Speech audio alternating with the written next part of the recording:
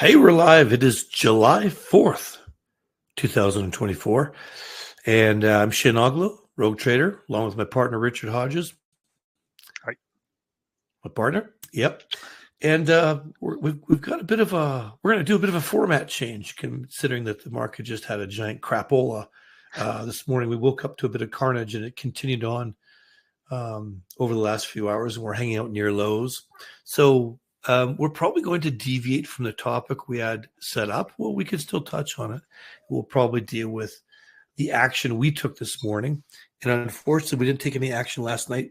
We were planning to because we got really busy and some things were going on, so we didn't. And of course, Bitcoin, the gods of trading. Bitcoin gonna Bitcoin. Decided to punish me, but that's okay. These types of things happen in trading. So I think a lot of people are probably freaked out right now. Always seems to happen when things go down in Bitcoin. But hopefully we can allay those fears for you and put some perspective in things. And hey, it's just another day at the office, right?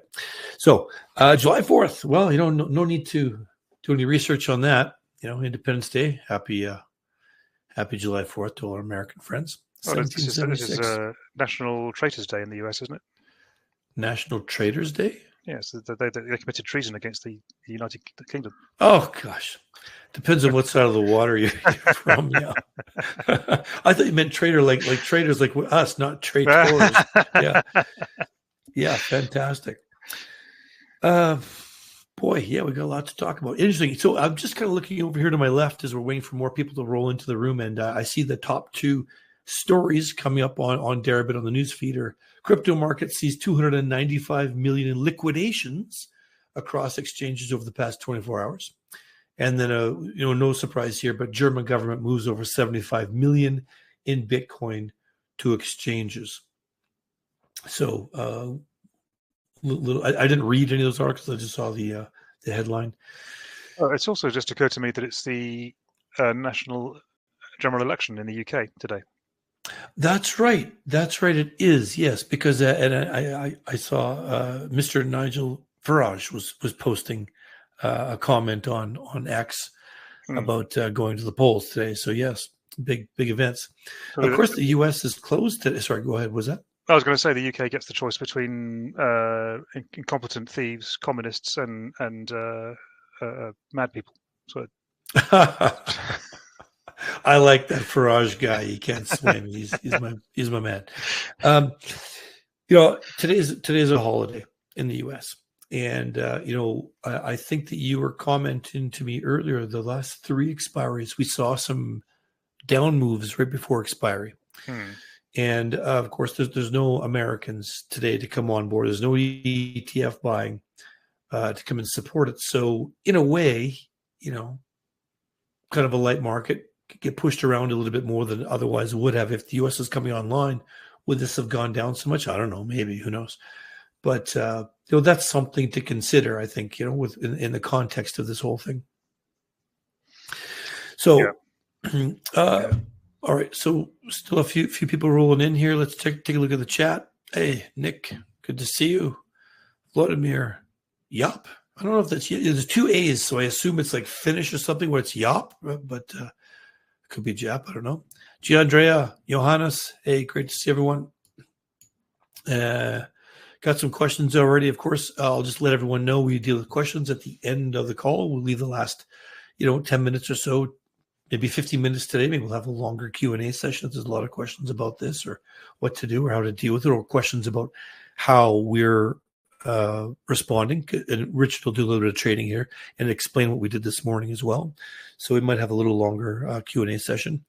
And of course, if you're not already signed up to Deribit, in the chat, there's a link there. You can save 10% on fees. If you want to follow us and follow our live streams, which you do almost every day, sometimes we get busy, you can check us out at Rogue Trader Academy, roguetrader.academy, or on Patreon, Rogue Trader Academy. So why don't I go ahead and I'm going to share my screen. We're going to look at the absolute, total, and complete carnage. But you know what? Let's put this in perspective. You can see my screen? Yeah, I can see it. From July 2nd to now, that was 10%. we get a 10% move every 3 months on average in Bitcoin. Now, I suppose the interesting thing is you could say, well, you know what, if we take it from the tip up here, which is back on June 7th. So in 1 month, we've come down 20%. Wow. That's quite the move. And, you know, we're going to show you the our performance of the Synth Miner account, which is the account we opened for you guys, where we're trying to accumulate Bitcoin. And even though we took some drawdowns here, we recovered it quickly. Our strategy works really, really well in flat markets and rising markets because we're trying to accumulate Bitcoin. These things are going to happen. They're guaranteed to happen in Bitcoin. I mean, if I can, we can look back at a long enough chart and look at some absolute madness. I mean, you know, well, actually, we're close to the May, April, May drop that we had, but you know, we want to take a look at some. I don't need that down there anymore. I can get rid of that. Let's take a look at the daily chart to speed things up. I think we all remember. The first, fall from grace. And then the second fall from grace. So, look what we're dealing with here. It's minute in comparison. Look at this one candle, one day, one freaking 2-3 days. Like there's been some massive moves. So, if we want to put this in context, it's annoying. It's big, but it's all deal withable. I just made that word up. As long as you keep your margin under control. And look, kind of exciting. We're getting close to the unicorn.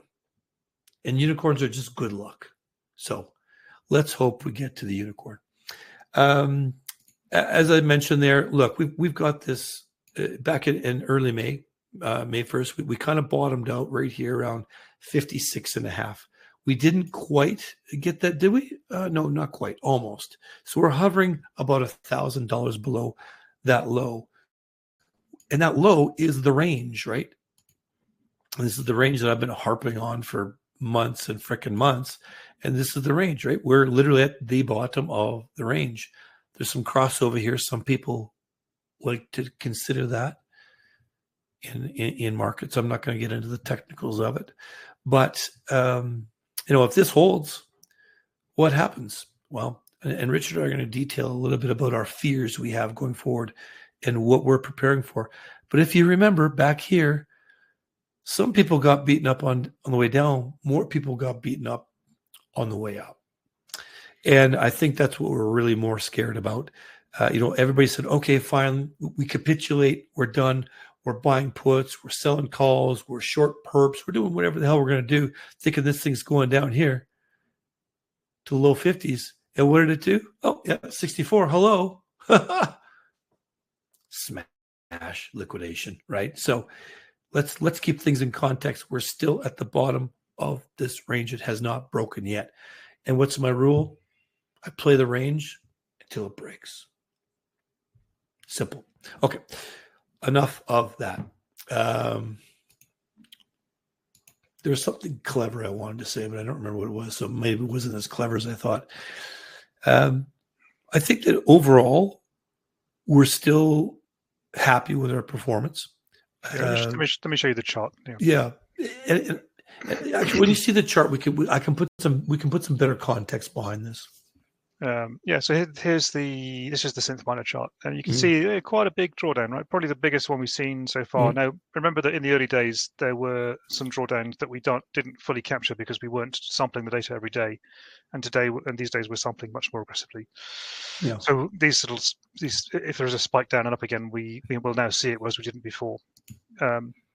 But nevertheless, from plus 36% down to plus 20%, it's still up, but it's unpleasant, right? But it is what it is.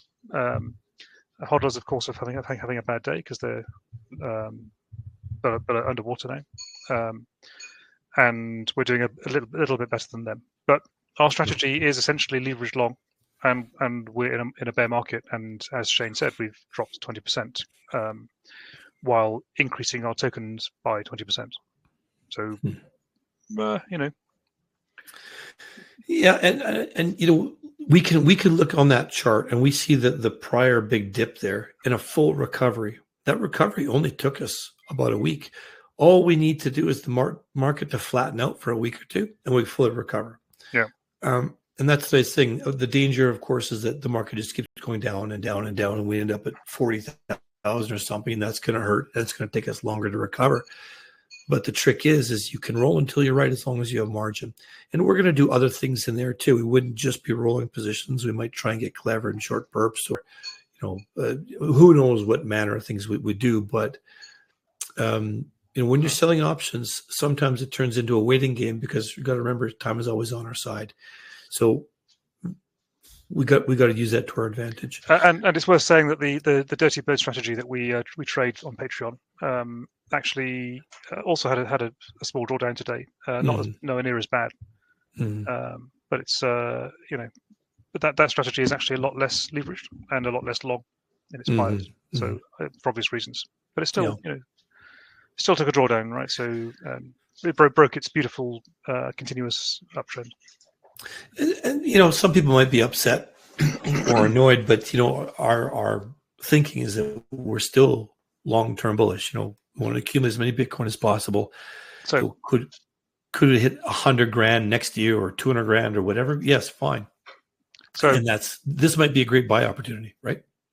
Yeah, so people aren't going to want to hear us commiserate about our losses. They're going to want to say, ask us to tell them what we're going to do about it. Yeah, let's do it. So what did we do? We were short, I think, a in the money put on the 5th of July, weren't we? We were hoping the market would come back and get us a better price, but it didn't.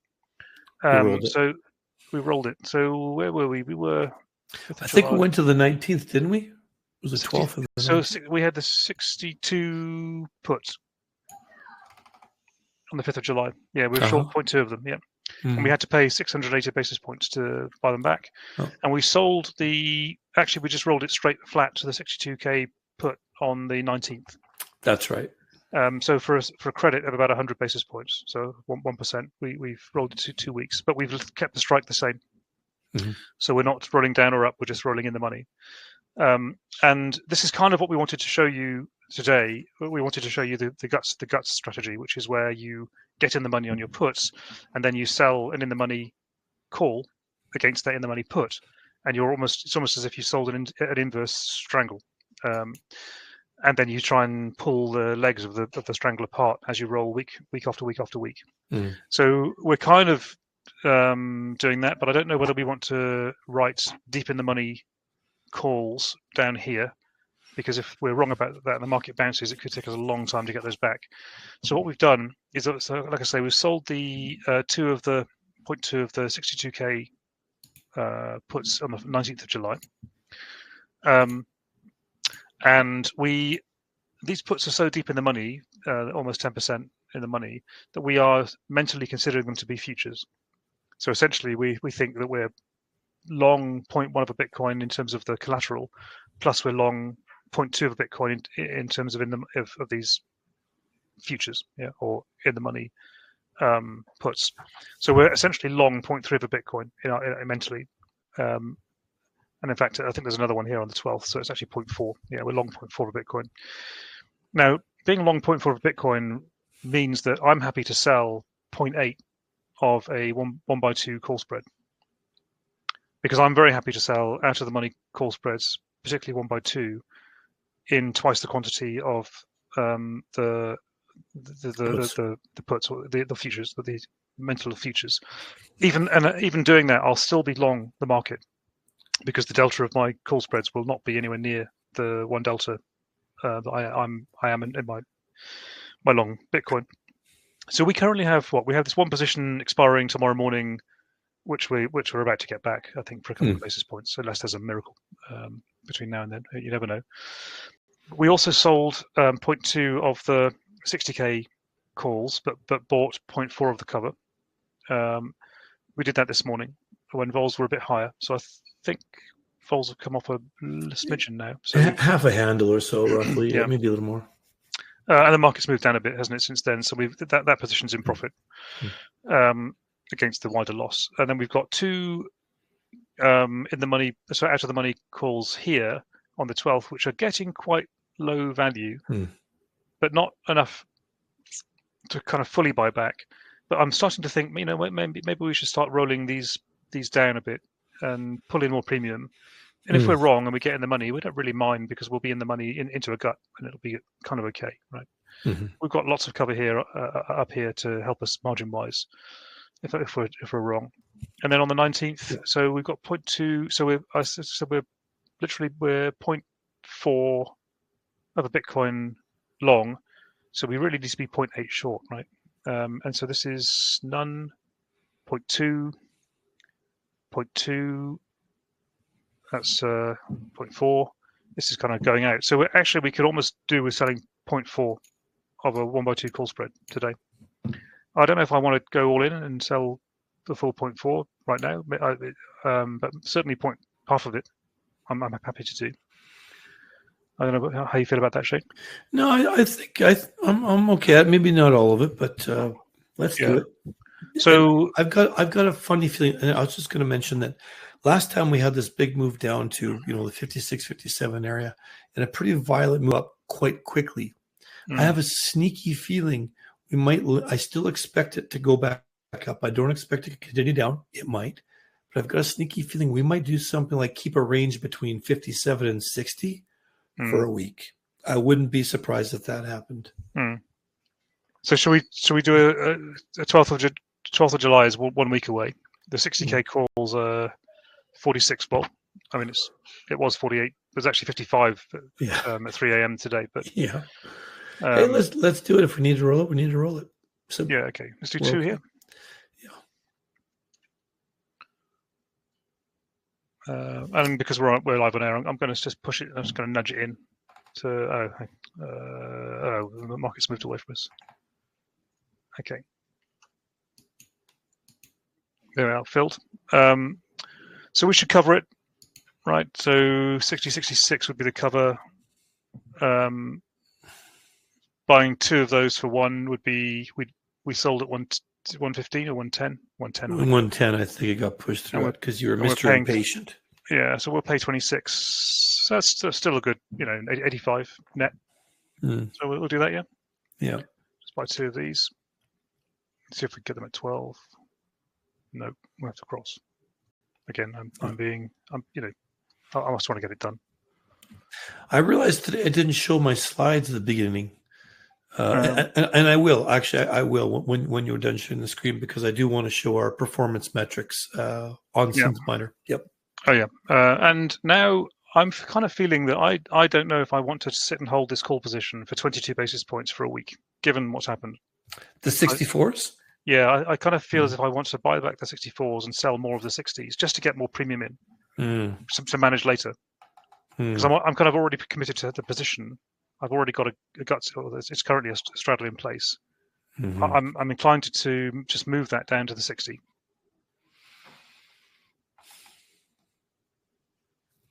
Given that we are long 0.4 of a Bitcoin.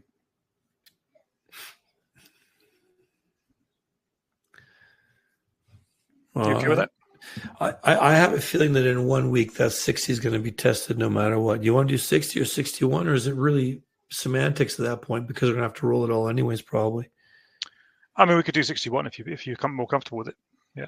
Let's smear it out a little bit. All right. Yeah, I think that's good actually. Nice to have a spread of gamma. Don't really want to get pinned on one strike. Yeah. So we'll do 75. Oh, come on, guys. Yeah, they don't want to fill you when you're trading live. I think there's a general bias towards selling rather than buying at the minute in the market. So. I think we'll get it if we let it cook for a minute. So do some more cover here. We've got. So we've got loads of cover in place. I'm just thinking if we get this position back, that we're kind of good enough, right? I think so. Given that we're so deep in the money on the put, right? Yeah. I mean, you almost want to be selling to be delta neutral. You want to be selling like 3 to 1, but I just don't want the calls to build up, because if we do get a march up, that'll be hell to manage. Indeed. Why don't we try and get back those 64s right now for 22 basis points or 23? All right. So please, if anybody has any questions about what we're doing, why we're doing it, if you have questions about what the hell you should do, I'm not going to give financial advice, but we can give our opinions on things. Yeah. Well, and it's worth just mentioning. I'm going to cross this because otherwise it's going to get boring. So we're doing this in the full knowledge that we're going to get in the money.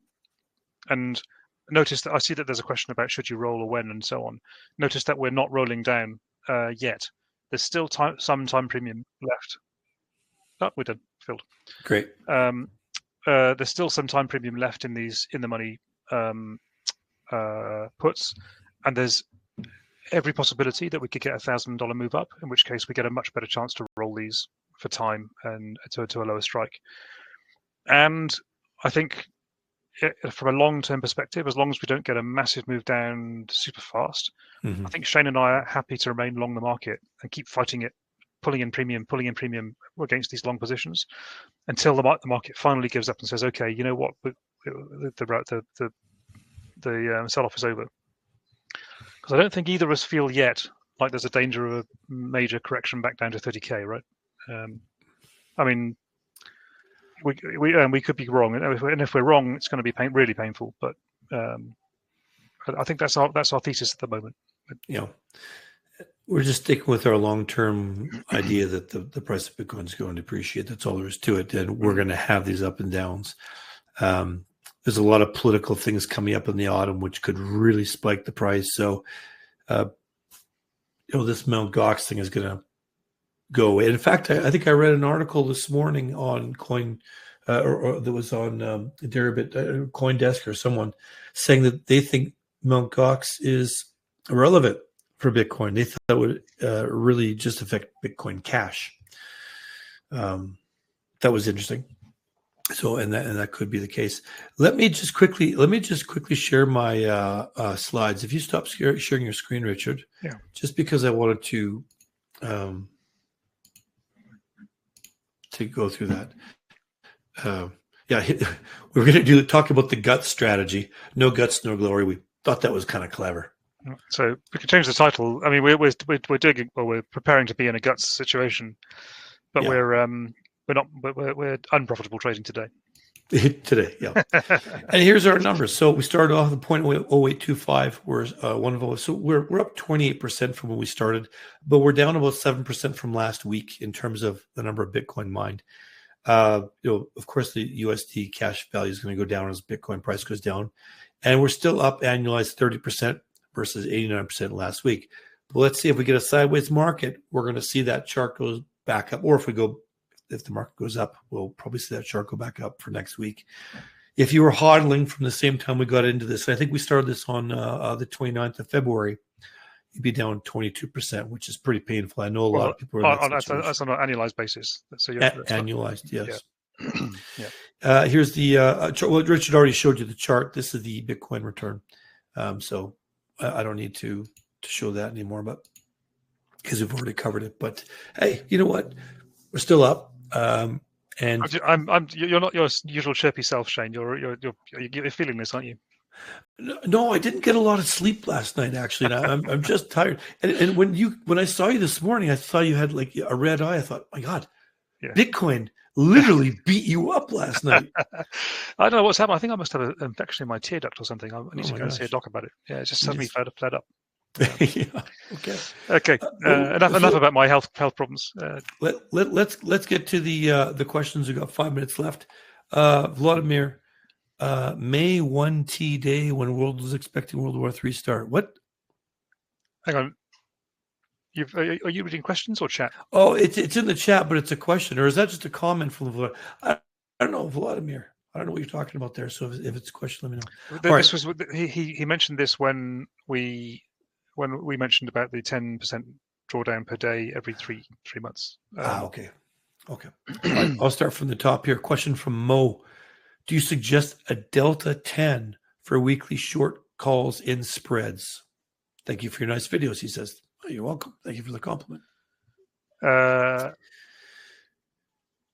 10 Delta. I mean, there's a gazillion strategies, and you can choose whatever Delta you're comfortable with. But I think, our other strategies, we have higher deltas typically. when we're selling those call spreads. But we've got programmatic strategies which deal with 10 delta. So I don't know, Richard, do you have a thought on that you want?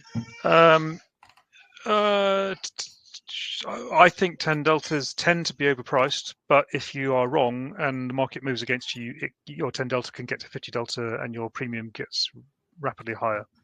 So not for everyone. I think in markets like these, we like to start at 25 delta, don't we? Or 30 or 20 delta. That's somewhere around there at the moment. But it's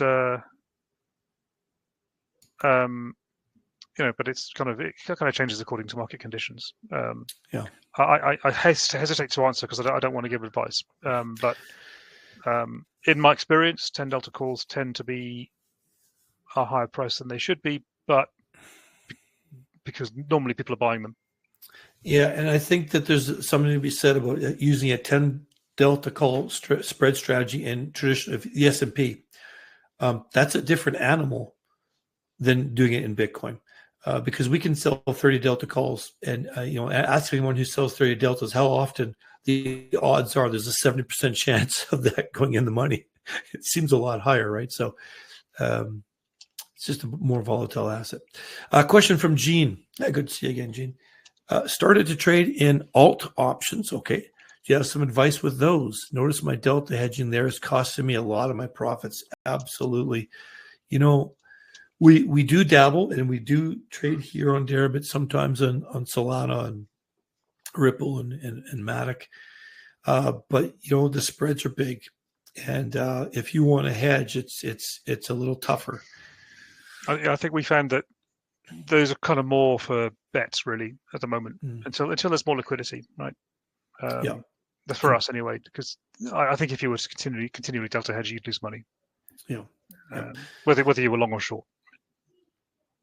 Yeah, and I think patience is the key too there, because anytime you get these big spreads, you just got to sit there and wait, and it kind of sucks. Question from Andre: short puts keep rolling down or close? Which is smarter to do? Smartest thing is to walk away and do something else for a living. Never trade. Joking. It depends, doesn't it? I mean, if you think you're in a sustained bear market, there's no point sitting there trying to fight it. You may as well just change sides and sell calls, right? Or buy puts. Or roll it out into a strangle.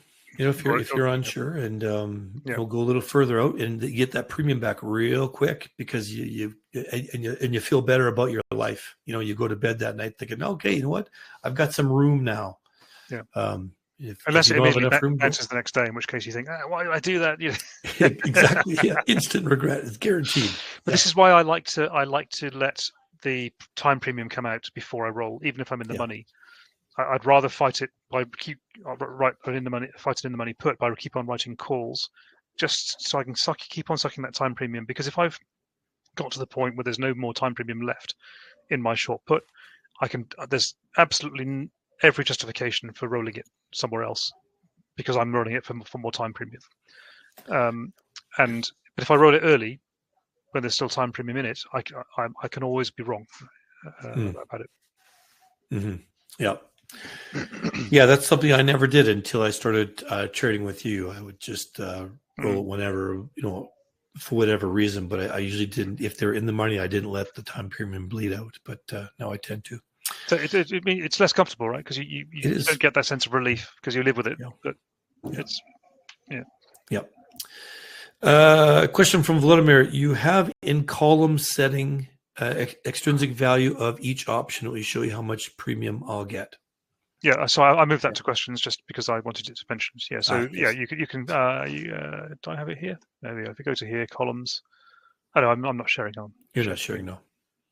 So screen 2, share. If I do, so if I go to this button here, columns, and then extrinsic value there, then we can see that the extrinsic value this year, and you can see that my in the money put here at 64k has an extrinsic value of 23 basis points, 24. So that's the time premium component. All right. Let's see here. Question from Johannes. rolling in the money puts is going to cost a lot of margin, isn't it? Interesting. Our margin is at 27%. Yeah, because we've got yes, that's right. We do have some cover in place on this 12th of June because that was actually a covered put spread, but not as much as you might think. It's no more margin than buying a future.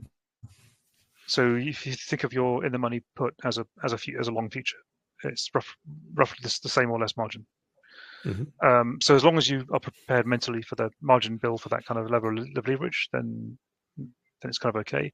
And we do sometimes also, probably today we won't do it, but maybe tomorrow when vols have died down, we'll go in and buy some short dated cover for 1 or 2 basis points per day of decay.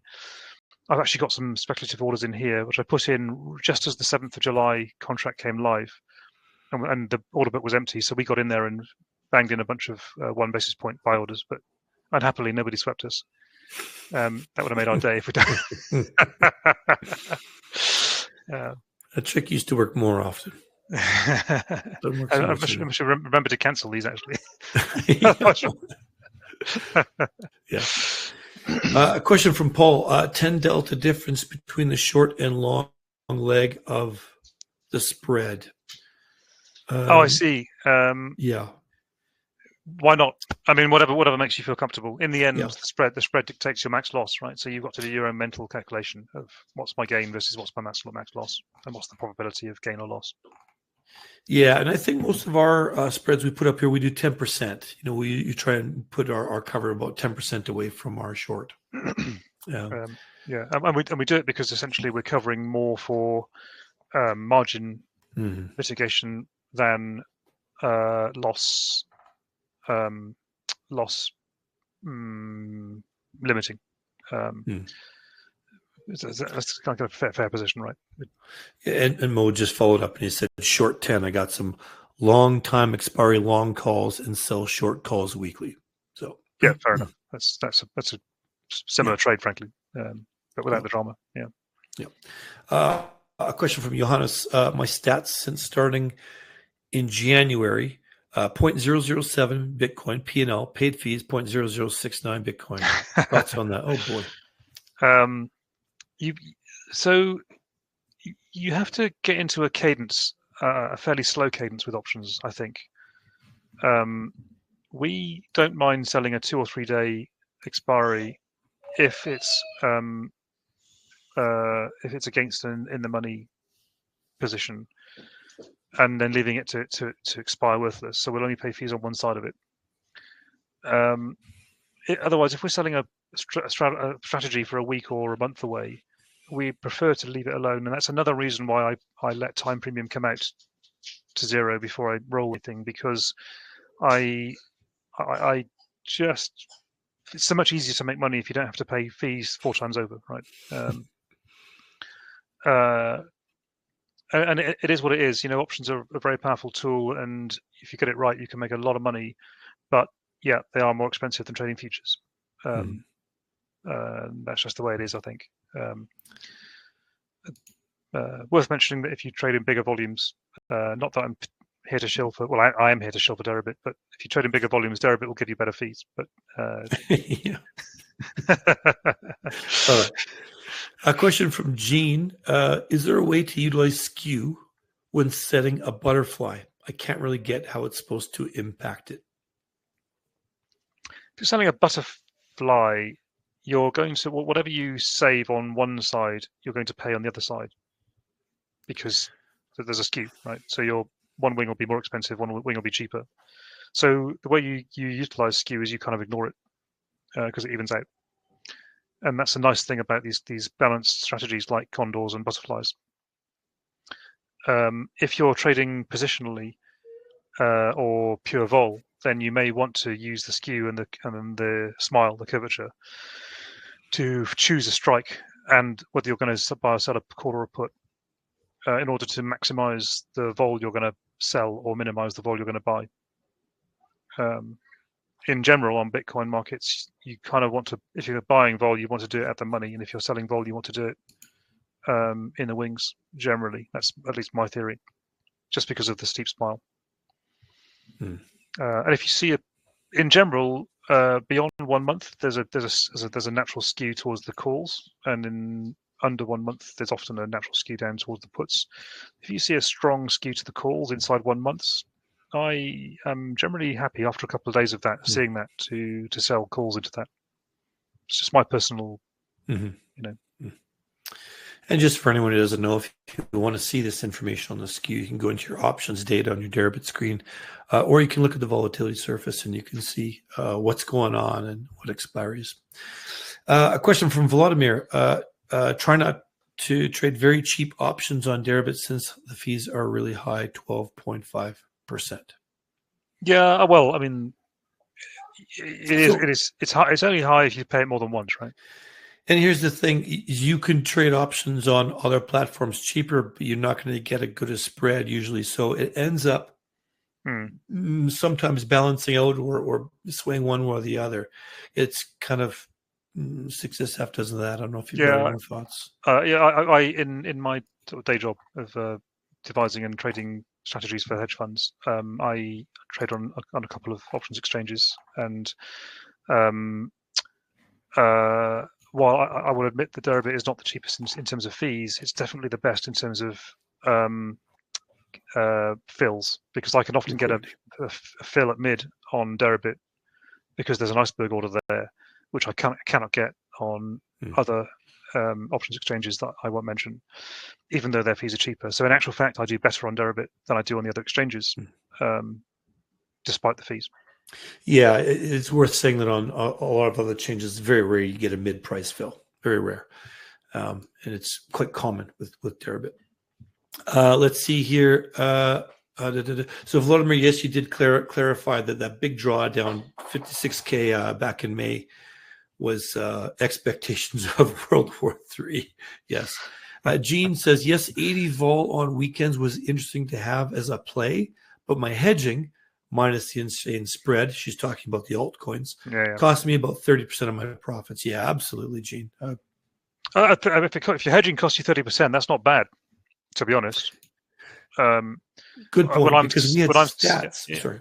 Yeah. When I'm systematically hedging to zero delta in my vol books, I'm often paying 65, 70% of my time premium in hedging costs, and I'm walking away with maybe 30% of the time premium I've sold if I've sold options, and I'm happy with that. I'm okay with it because a win's a win, right? Yep. Fantastic. I think that's the end of our questions today. I hope this was helpful. I know it's always tough on people. It doesn't matter how long you're doing this. It can still be tough when, it's just, grinding and it's gone against you. But hey, markets go up, markets go down. We're going to have our up days, whether that's going to be this afternoon, tomorrow, next week, or a month now. We're going to have some big up days. It's Bitcoin. And don't get disheartened, kind of stick to your strategy. And we're trying to accumulate Bitcoin so that if Bitcoin goes up to 150K, we can cash in big. That's what we're trying to do. And we're just going to stick to that, whether Bitcoin, this goes down to 50K or not, or below. One last quick question here, I think from Vladimir. Imagine right now, it's not a question. Israel get hit again. At a moment, Bitcoin goes down to 30K. Yeah, I mean, it could. Anything could happen, right?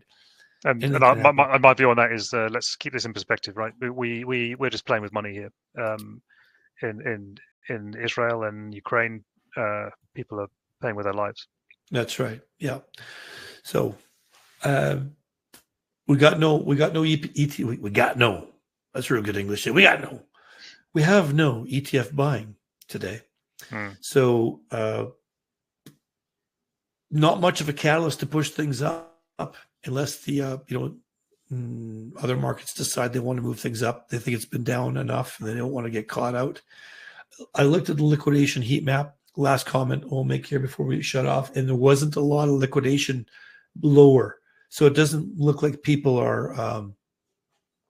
It looks like the trading's pretty light, to be perfectly honest with you.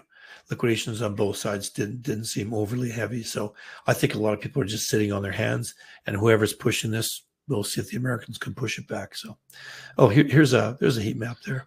I mean, there's more and more short interest building up on the upside. The longer it stays here, the more that'll happen, I think.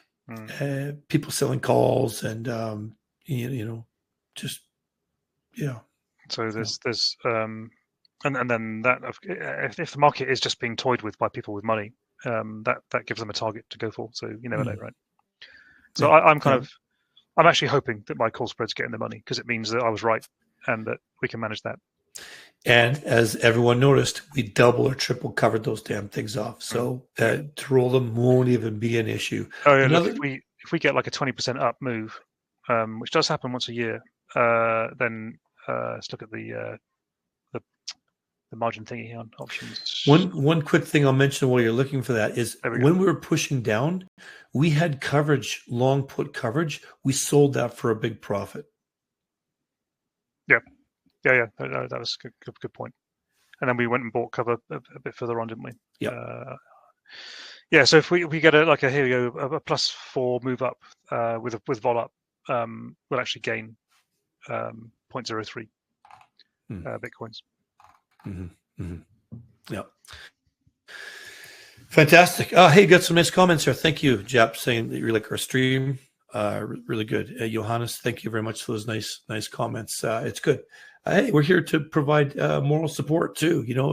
Trading's not always. Some days it's like the easiest thing in the world. It's like, is this real? Did I just make all this money? Are you serious? And then other days it's like, oh my God, this is impossible. Sucks. So, yeah, that's life. It goes. Markets go up, markets go down. So let's see what happens especially maybe not so much today, but maybe tonight and tomorrow when the U.S. comes back online. And until next Thursday, happy trading. We'll see you then.